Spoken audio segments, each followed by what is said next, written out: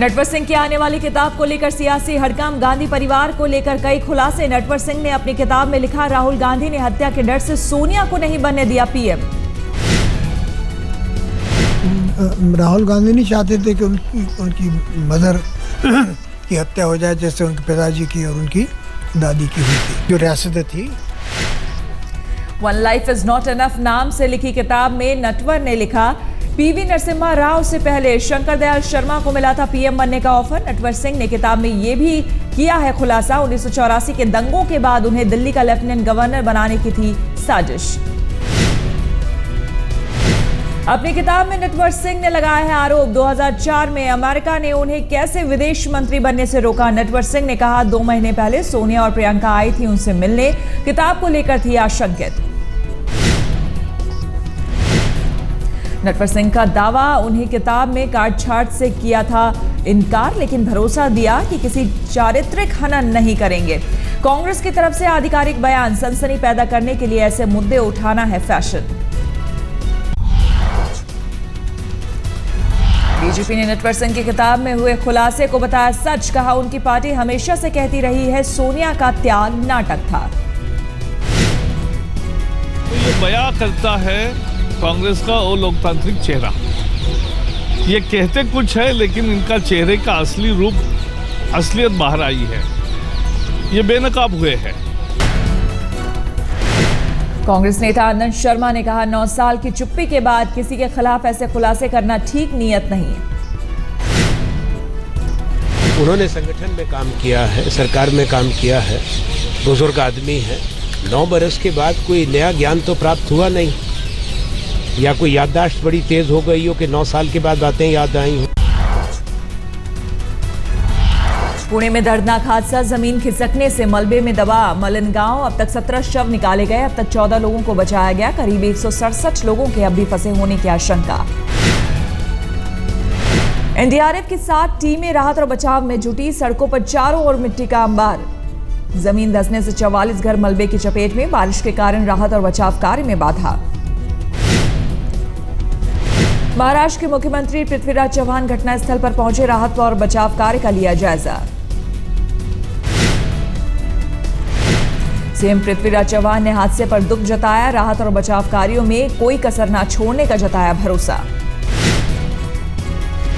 इलाके में पिछले 40 घंटे से लगातार हो रही है बारिश के बीच ही राहत और बचाव का काम जारी। स्थानीय प्रशासन के मुताबिक गांव की आबादी करीब 740 से 50 घर जमीन में दबे। अमेरिकी विदेश मंत्री जॉन केरी बुधवार को पहुंचे भारत। आज मोदी कैबिनेट के सीनियर मंत्रियों से करेंगे मुलाकात। राष्ट्रीय सुरक्षा सलाहकार से सुबह 11:15 बजे होगी मुलाकात। इसके बाद नॉर्थ ब्लॉक में जेटली से मिलेंगे जॉन केरी। दोपहर 3 बजे जवाहरलाल नेहरू भवन में विदेश मंत्री सुषमा स्वराज से मिलेंगे केरी। रक्षा और ऊर्जा में सहयोग बढ़ाने पर होगी चर्चा। शाम 6:30 बजे जवाहरलाल नेहरू भवन में ज्वाइंट प्रेस कॉन्फ्रेंस को संबोधित करेंगे सुषमा और जॉन केरी। शुक्रवार सुबह 10 बजे प्रधानमंत्री नरेंद्र मोदी से मिलेंगे जॉन केरी। संसद में आज भी स्नूप गेट पर हंगामे के आसार। गडकरी की जासूसी के मुद्दे पर दोनों सदनों में कांग्रेस करेगी बहस की मांग। राज्यसभा में कांग्रेस ने दिया है प्रश्नकाल स्थगित करने का नोटिस। कांग्रेस के स्थगन प्रस्ताव को जेडीयू, सीपीआई और एसपी का समर्थन। बीजेपी संसदीय दल की अहम बैठक सुबह 9:30 बजे प्रधानमंत्री नरेंद्र मोदी करेंगे बीजेपी सांसदों को संबोधित। सूत्रों के मुताबिक संसद में बीजेपी सांसदों की कम मौजूदगी से नाराज है मोदी। सांसदों को दे सकते हैं सख्त दिशा निर्देश। संसदीय कार्य मंत्री वेंकैया नायडू ने व्हाट्सएप पर बतौर एडमिन बनाया बीजेपी सांसदों का ग्रुप। सभी सांसदों को ग्रुप में एक्टिव रहने की हिदायत। संघ प्रमुख मोहन भागवत समेत संघ के तमाम बड़े नेता पहुंचेंगे भोपाल। 1 अगस्त से भोपाल में संघ का बौद्धिक प्रशिक्षण शिविर। आज जिले में ऑटो रिक्शा चालकों की रैली को संबोधित करेंगे अरविंद केजरीवाल। रामलीला मैदान में होगी रैली।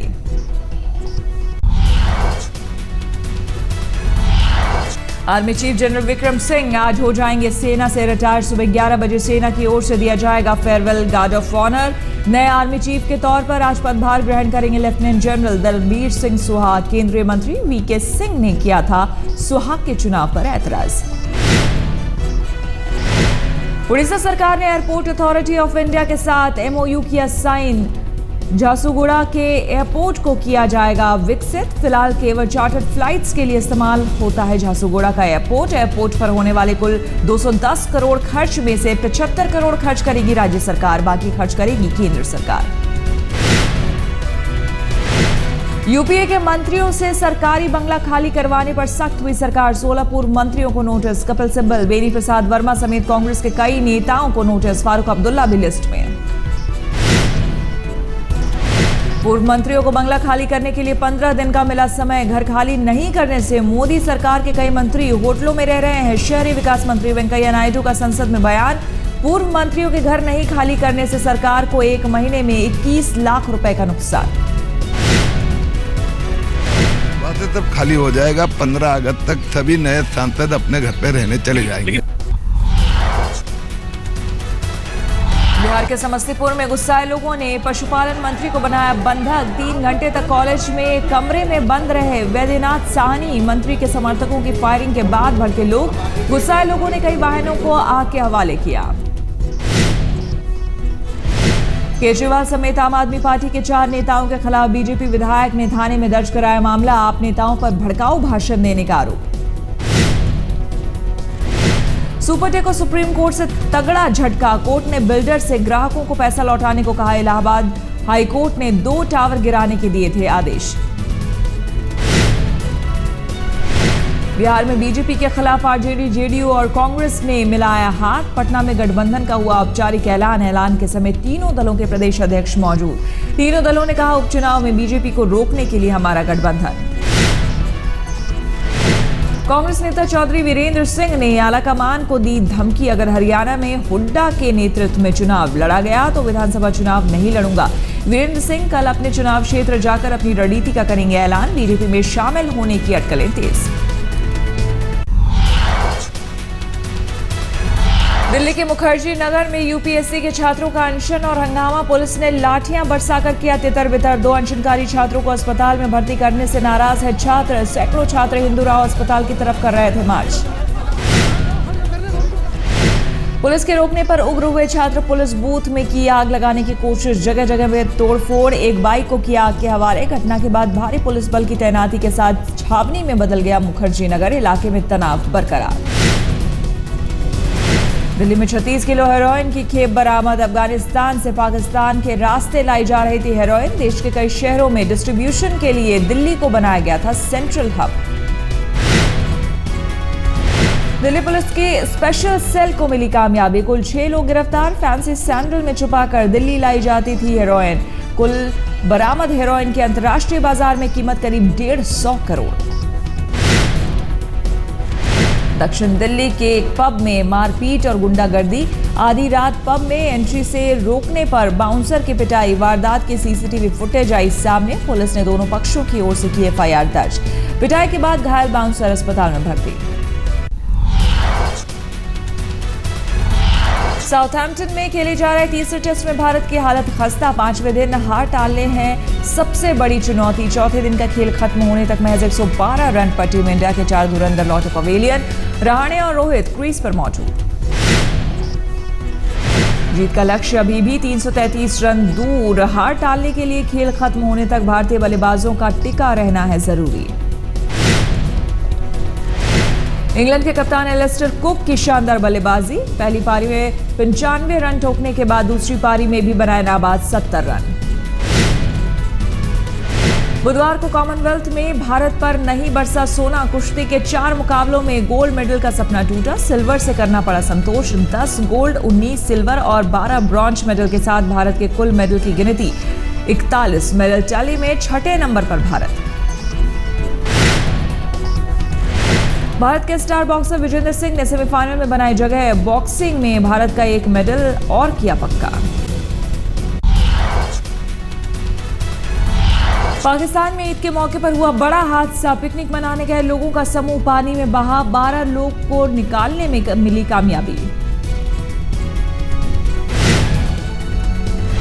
मैक्सिको में भी इजरायल के खिलाफ भड़का लोगों का गुस्सा। सड़कों पर सैकड़ों लोगों ने फिलिस्तीन के समर्थन में निकाला मार्च। लोगों ने सरकार से इजरायल के साथ तमाम रिश्ते खत्म करने की अपील की। इजरायली हमलों में अब तक मरने वालों की गिनती 1200 के पार। इजरायली सेना ने रिलीज के गाजा ऑपरेशन की वीडियो। गाजा में हथियारों और सुरंग की खोज करती हुई दिख रही है इजरायली सेना।